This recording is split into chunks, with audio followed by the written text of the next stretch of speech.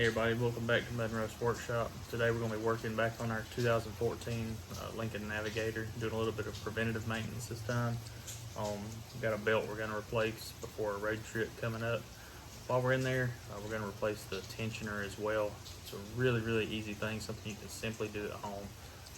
We got our parts from a local parts house from O'Reilly, got our tensioner, got our belt as well. This is the cap that goes on. It's a K061025 part number on the belt.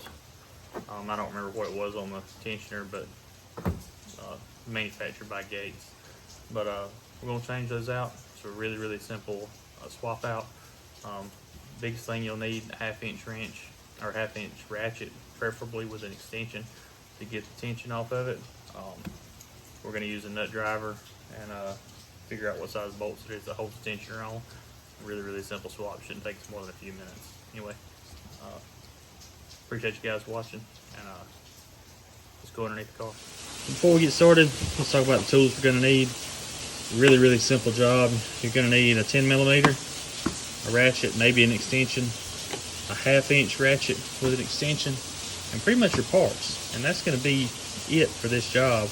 Not a complicated job. 3 bolts, a little bit of time, and that's basically it. Really easy job. So let's get started. Parts we're going to use today. I'm a Gates fan. I work in an industrial environment. We use Gates products quite a bit. Our tensioner is going to be part number 38274.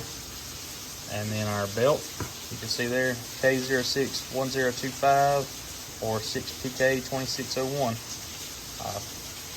27 30 by 103 5/8. 2 parts, 2 tools. Doesn't get much easier than that. Let's get started. Now you can see our belt routed around. It is a single serpentine belt on this particular vehicle. You can see our tensioner right there. You can see that in the back of the pulley portion of the tensioner, you can see that little square cut out. That actually fits a 1/2" ratchet. So what we're going to do is we're going to take a 1/2" ratchet with an extension, put it on there, put it in, and take the tension off the belt while we pull it off of a pulley. I'm going to see if I can get this camera set up where you guys can follow along and watch us. Alright, so hopefully you can kind of see what we do, and I'm going to do my best not to move the camera around too much. And unfortunately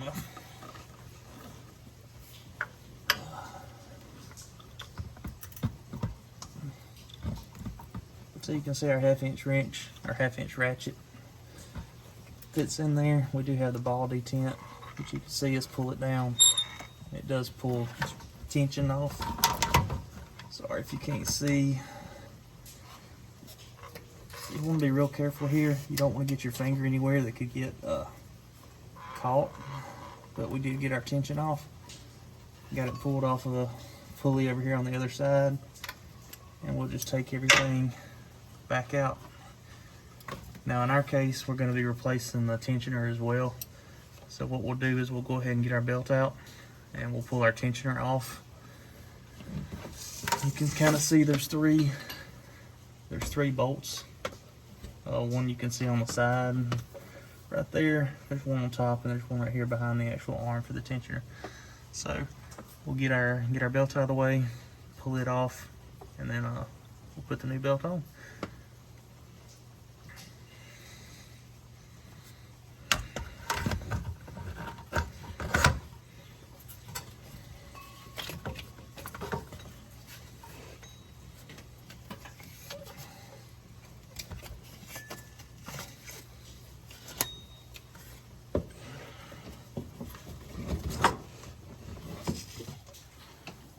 Alright, before we go much further, I kind of want to see if you can see. You can see the belt on the left is the one we just pulled off, and the one on the right is actually the new belt. You can see the difference in the wear on the ribs. See how the one on the right has got a much thicker looking rib than the one on the left. That's just an indicator of wear. There's a lot of trips around. Should quieten it down significantly. Let's go ahead and get back under the car. We'll pull that tensioner off. Just wanted you guys to see why we were changing this belt If you just look at it, I mean, it even still has the Motorcraft name on the back, so it's not even worn off, but still, it's been on there. We bought the car used, so we've put about 40,000 miles on it, and I don't know if it's the original belt or not, but obviously has some wear on it. But anyway, let's get back into the car and get that tensioner off. So we are actually going to do this from the top, since there's the 3 bolts are actually, you can see one here, one right here, which I know is kind of a little bit difficult to see, and then there's another one on this other side of this tensioner. And our little impact is going to fit perfectly down in here. This is a 10 millimeter. So I'm just going to run those out real quick. And it's hard for me to hold all this and do, obviously difficult for me to hold everything and do this at one time. So we're going to take a short break. I'm going to go ahead and run those other 2 out and put the new tensioner back on. You can see that it's just 3 bolts. The one I just took out and dropped everything, this one, and then one on this side. So 10 millimeter, you can use a ratchet if you want. Probably would be easier than me just dropping that impact, but regardless, they got to come out either way. All right, so we've got our old tensioner off. Really, in all honesty, really nothing wrong with it. Bearing still feels smooth. Spring was probably okay, but we're already in here. It's only like 30 bucks, 40 bucks to buy another one, so worth changing in my opinion. We'll go ahead and throw the other one on there and get ready to put the belt back on. Everything will really just go back right in reverse. We'll put the 3 bolts and put the tensioner back on. I'll put the new tensioner on anyway, and then go back on with the belt. One thing I forgot to mention earlier, it's really important to make sure that you make a note or take a picture or something of the routing of the belt to make sure that you know for it to go back on. There is going to be a reference in your owner's manual if you need it, but it's just as easy to take a picture before you get started. One thing that is a good practice while you're in here, anything that can spin, it's a good time to check it. Make sure nothing's rubbing. You don't feel anything catching on a pulley anywhere. Don't feel anything, any bad bearings or any of that stuff. So we're going to go through, basically just spin everything.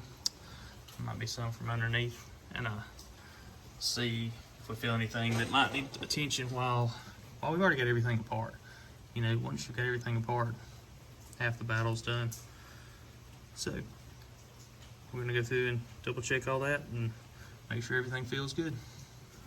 Alright, so we've got our new pulley on right down here. Got all of our bolts back in. Now the only thing we got to do is put our belt back on. So we're going to get everything rerouted. You can kind of tell a little bit about the routing.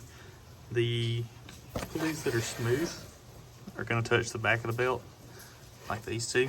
The ones that are ribbed, like the crankcase pulley you see down there, or the alternator pulley right there, those are the ones that are actually going to hit the ribs on the belt. So even if you didn't have access to a picture or a sketch or a drawing, you could kind of sort of fumble your way through it and route the belt around the way that it needs to be routed. But we're going to go through, route everything, and get it all back where it should be. Once we get it routed, I'll kind of show you guys basically the reverse, which is pretty simple. Just going to be routing everything and taking the tension off again like we did earlier and putting the belt back on and cranking it up. So let me get this thing put on. It's going to take more hands than I've got available right now. But anyway, we'll be back in just a minute. Alright, so we've got everything back in. The last step is just making sure everything is seated on the pulleys like they should be.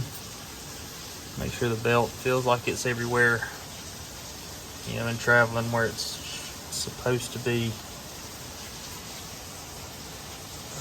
and get all our tools back out, and she should be good to start up. So just in case you need it, there's kind of a shot of the routing, because you might need it towards the end. The way I do it, of course, take the tension off. This pulley right here seems to be the easiest to kind of slide it back on once you get everything else in place. Just the way I do it, you can do any of them, but that one to me is the easiest. But anyway, so that's the belt and tensioner replacement on a 14 Navigator. It's going to be applicable to pretty much any 5.4. They're pretty much all the same, whether it be an Expedition or an F-150, whatever it's in. But ours happens to be a Navigator. So anyway, like always, thank you guys for watching. We would appreciate any comments, likes, any questions you have. We try to answer them as we can go. And we appreciate you subscribing. We try to do stuff like this periodically so that save ourselves and hopefully you a little bit of money. Again, pretty basic, something you can easily tackle on your own. So we try not to get too involved, not in these videos.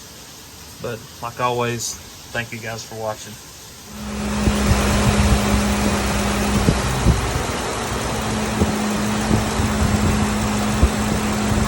Just the last little check. Fire it up, make sure everything's going roundy. We're supposed to go roundy.